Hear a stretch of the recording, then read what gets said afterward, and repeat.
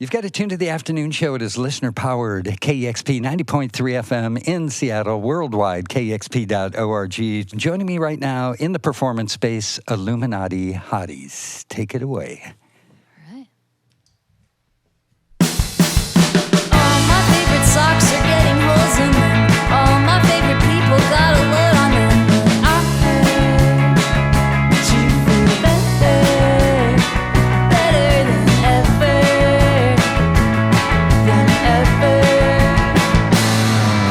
All my jeans and hoodies smell like parliaments. All I wanna do is skate back to your bed. 'Cause I heard that you got better, better than ever, than ever. It's not to say that I'm unfortunate, but that I haven't been succeeding. But I'm a hushed and quiet person when I wanted to be screaming. All the things I used to do are boring now. All the baddest words on you came pouring out. And I heard that you feel better, better than ever, than ever. It's not to say that I'm unfortunate, but I haven't been succeeding.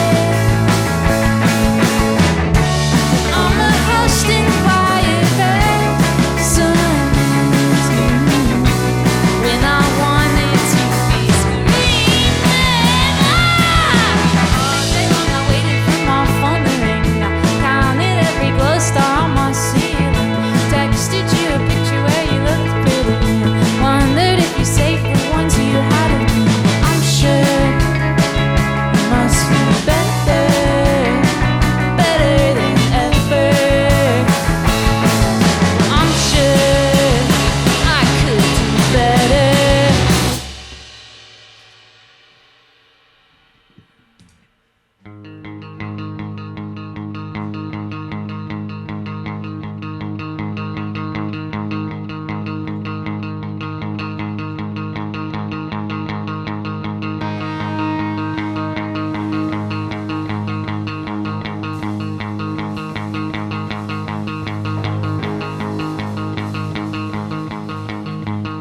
Met you at that bar where your favorite bands play.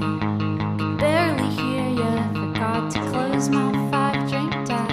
You couldn't stop talking about the shape of my hand, singing Bonner songs at 4 in the morning while you were online shopping. You said you need a better mattress.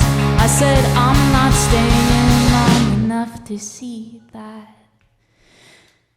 Are you still thinking about me? I know you are.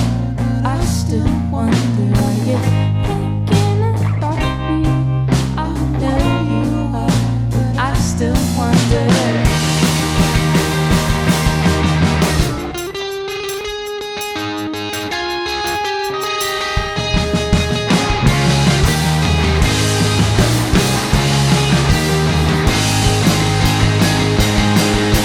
Spending all my money at 7-Eleven, sleeping through the weekends. I tried to catch another fast plane, but I'm so calculated and you don't make plans.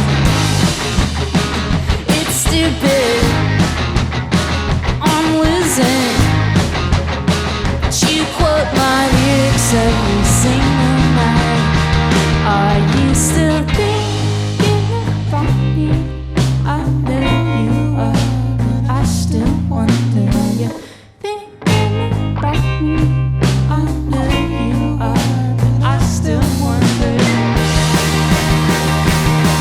You fluttered to the songs I showed you, called me after bad and broken, searched yourself, who you were. The line went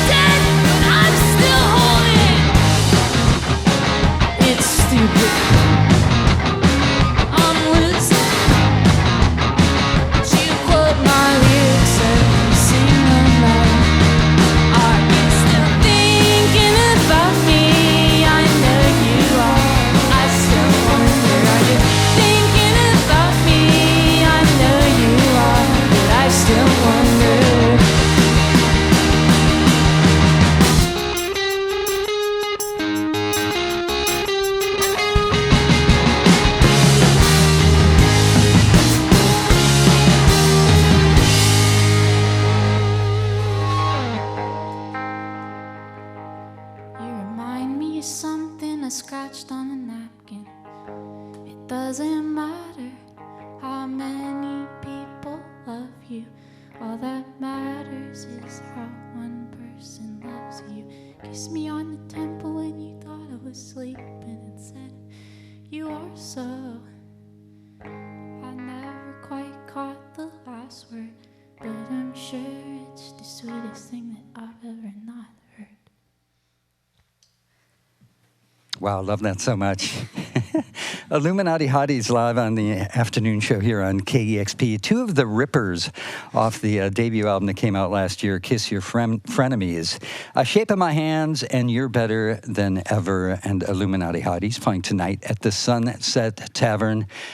Welcome to KEXP. Thank you. I know we tried this like a year ago or so. We did try this.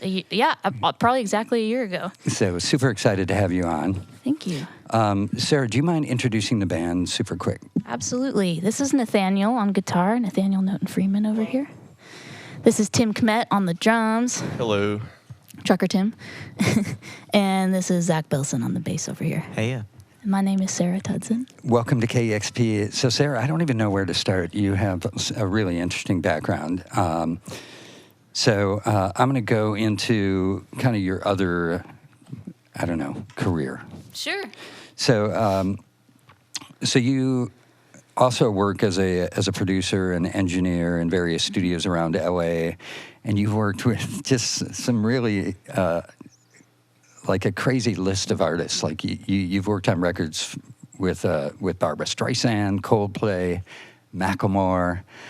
You have credits on some of my favorite albums in the last couple of years. The last Slow Dive record, which is amazing, which we love, and the Springtime Carnivore record. Oh, yeah. Yeah, which I played yesterday. Oh, my God. For the first day of spring. Oh, I love Greta. Yeah. So you've got this background working kind of on the other side of the desk. You do production and engineering. You assist Chris Cody. You also are a staff engineer at Woodshed Recording Studios and do freelance work. So how did that inform your work as an artist? And, were you always planning on being an artist as well, or putting out a record and forming a band? Couple of questions there. Yeah. Well, I think I don't think I ever really planned on being an artist. I think I planned on putting out music eventually. Just, the dream is producing and being in the studio with other bands. And I always have been writing songs since I was a little kid. And one day I just decided to put the two together and kind of create a calling card, I guess, for my production skills by finally producing out this collection of songs that was building up. And I finally felt like I had like a group of songs that fit well together and that was kind of going after the same vibe and felt like it could be all a part of one project. But definitely since the record had come out last May, I never fully expected to kind of take a left turn into artist world. And I still produce friends' bands back home and LA bands and just kind of whoever needs a record mixed. Yeah. And when the schedules align, right? Exactly, yeah. I kind of, when I'm not on the road, I try and keep busy in the studio. So how do those two things coexist then? I mean, like how much time are you focusing on Illuminati Hotties? It's been pretty full tilt Illuminati Hotties, at least for the last 6 months or so, because we've been touring a lot and I've been working on the next stuff and just kind of trying to keep the momentum going with Hotties. But again, when I'm home, I just am trying to pick up studio work and finish up little records that have been sitting on my hard drive for a long time. And little records of your own, or of friends' projects, and of people I've met through music. Yeah, what are some of the things you're working on? There's no release schedule yet, so I just finished this record with a band called Iris, IRESS, in Los Angeles, which was really crazy and took a long time, and we were working in Chris's studios in the off hours and working in my room and just kind of wherever we could hop in and finagle some studio time for them. There's a band called Car Talk, not related to the NPR segment, that I've been working on little by little. And yeah, I'm going out to New York to work on another band's record for a week in April. So Another band's record. just trying to keep the calendar full. Well, that's cool. So tell me, though, about how, you know, those skills, like, sort of impacted or affected your work, your own work. Because, man, the record sounds incredible. Thank you. And, you know, not many artists can come out of the gate with a debut, self-produced, independent released album that sounds great. Thanks. I mean, I was lucky that I was able to use Chris's studio in the off hours, and that was a huge help in terms of recording drums that sounded big and getting some good guitar sounds that, like, you know, he's got a whole cubby box of guitar pedals that I don't have, and so I was able to kind of plug and play, and that definitely has helped. And then also just sort of like understanding both sides of the coin, you know, being an artist in the control room is so vulnerable, and so sort of your heart is open and your songs are all very much on the like display table, and then being an engineer and being a producer and trying to be objective about the songs and find out what works and cram all the fun ear candy into weird places, and they definitely just sort of like feed each other in a loop. You do a great job of that on the record. I mean, there's tons of sounds, and I know a lot has been made of that, how many different kind of sounds and how experimental it is, yet at the same time, it's all very, you know, poppy, 3-minute long rippers. Yeah. Yeah, and really fun.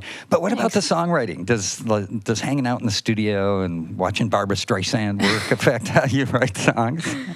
I mean, those big top 40 sessions run at a totally different pace, and that's a lot of work that was happening at Woodshed, was just sort of like big people that can afford a Malibu studio. Yeah, it must be cool, though, to be able to just be witnessing that and playing a part in it. It's really cool. It's a totally different level. It's the same thing as if you go see a band at the club down the street. It's one level versus like going to the Rose Bowl or, you know, whatever stadium and watching some Beyonce like act. It's just totally different levels of production and budget and people on staff and all that stuff. But as far as inspiring the songwriting, I think songwriting was always sort of an outlet in opposition to it, because when you're engineering, you're very much not.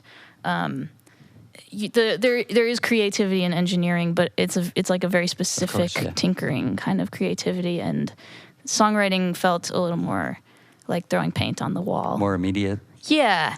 Whereas like engineering is like there's specificity and there's rules that kind of you already are starting with, which I guess you are in songwriting too, but there's definitely a little more lax expression. So somebody who has really great insight from kind of both sides of the desk, tell me what, from your perspective, what's more important? A record that sounds amazing with okay songs, or a record that sounds like crap with really good songs? For sure, a record that sounds like crap with really good songs. I think, you know, you can't fake emotion, and you can't fake talent, and you can't fake just sort of pure what makes us feel things about music and art. And it doesn't matter what mics are up, you know, if somebody has all those in place, and sometimes it changes the way songs are recorded. If it, you know, if the intent of the music is matched by the execution, and intent is far more important, I think. And, you know, the execution, once those two things come together, that's really where the magic pocket sits. Yeah. And I think that falls short a little bit on the records that sound amazing, but like didn't spend a lot of time maybe on the craft of the songwriting. Yeah, I read a quote from Brian Eno once, I won't refer to the band, where he was asked to work with somebody and just was like, said something like, you know, like he did it. But he basically was like, you know, you can make something sound great, but if it doesn't have everything you just described, it doesn't matter. It kind of doesn't. I mean, and I think that people know that, you know, even if they're not musicians or producers or any, I think just like a normal person walking down the street, your average civilian would feel a lack of heart in that. Yeah, it's so true, and that's what's so beautiful about music, I think, and even more so now, because I think everyday people can get pretty good sounds. So, they can maybe get stuff played on places, or just get it out there to people. And if it's got the right heart and the feel, it's the ideas that matter. Definitely the ideas that matter. It's good when that stuff sounds good too, but totally, there's a beauty to it, right? When you can listen to it on an amazing system. Illuminati Hotties live on the afternoon show here on KEXP. So you guys just came right over from Treeford. We did. We woke up very early. We played a 12:30 a.m. set last night, and then woke up very early and drove right over here. And then we're going to chill for the afternoon. And okay, that's great then. Of course. Illuminati Hotties again. How about another set? All right. I know you're going to start out with a new song now. Yes, this just came out. Let's do it.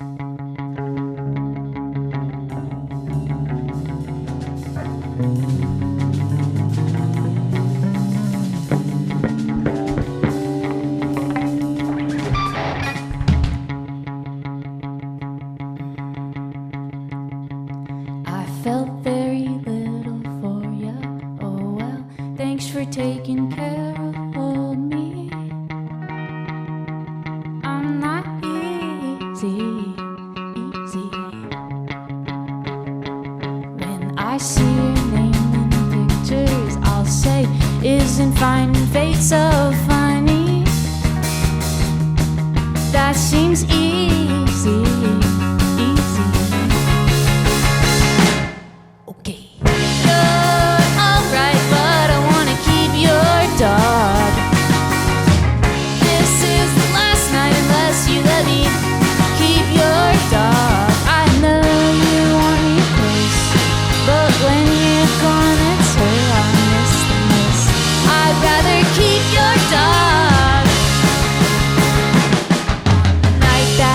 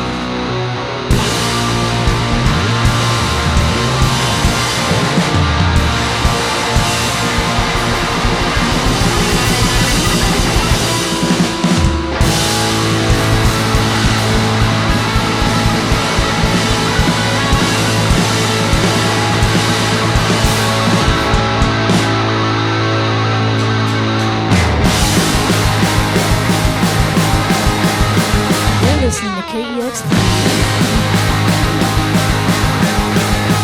1, 2, oh no! I wrote a song on your guitar and it sounds like. Wrote a song on my guitar and it sounds like. I traced the freckles on your arm and it felt like. You held the fabric of my heart and then ripped it. You only like me when I'm sad. You only want me when I'm feeling bad. You only like me when I'm sad.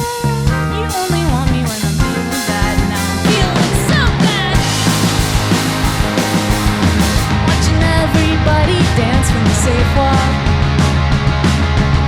You try to act like you don't care, but you're smiling. I'm talking this close to your ear, 'cause it's way loud. I plan for group coffee and kissing in public. You only like me when I'm sad. You only want me when I'm feeling bad. You only like me when I'm sad. You only want me when I'm feeling bad. And now I'm feeling so bad. Sad. You only want me when I'm feeling bad. You only like me when I'm sad.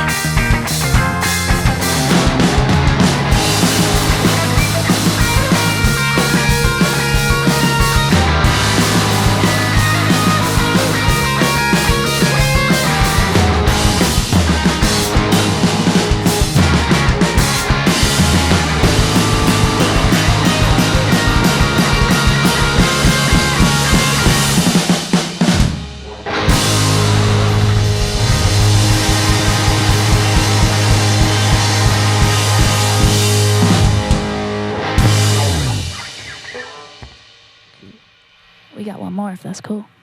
It's great.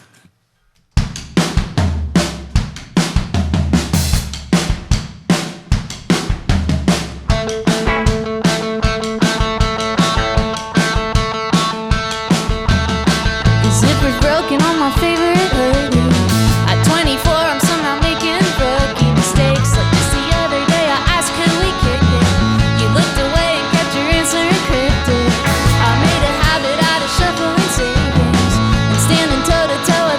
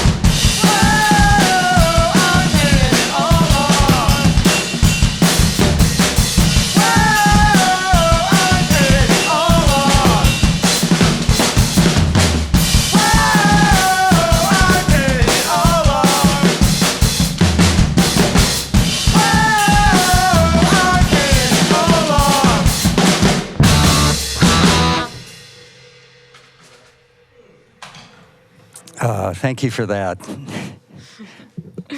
Thank you. Illuminati Hotties Live on the afternoon show, KEXP. Thanks for writing that song. That song has been stuck in my head for a year. Sorry. Thank you. It's so brilliant. I love it. Paying Off the Happiness is the track. Right before that, Pressed to Death. Sarah, some excellent on-the-fly editing. Yeah. It's hard to do live on the radio. And I Want to Keep Your Dog, a brand new song. So new material on the way. You say you're working on stuff. You got this song. Yeah, always working on stuff. I think there is no dedicated timeline just yet, but I'd like to be putting out stuff as soon as I can. Cool. Well, again, thank you for stopping by KEXP. And playing tomorrow night, as I didn't say, the Sunset Tavern.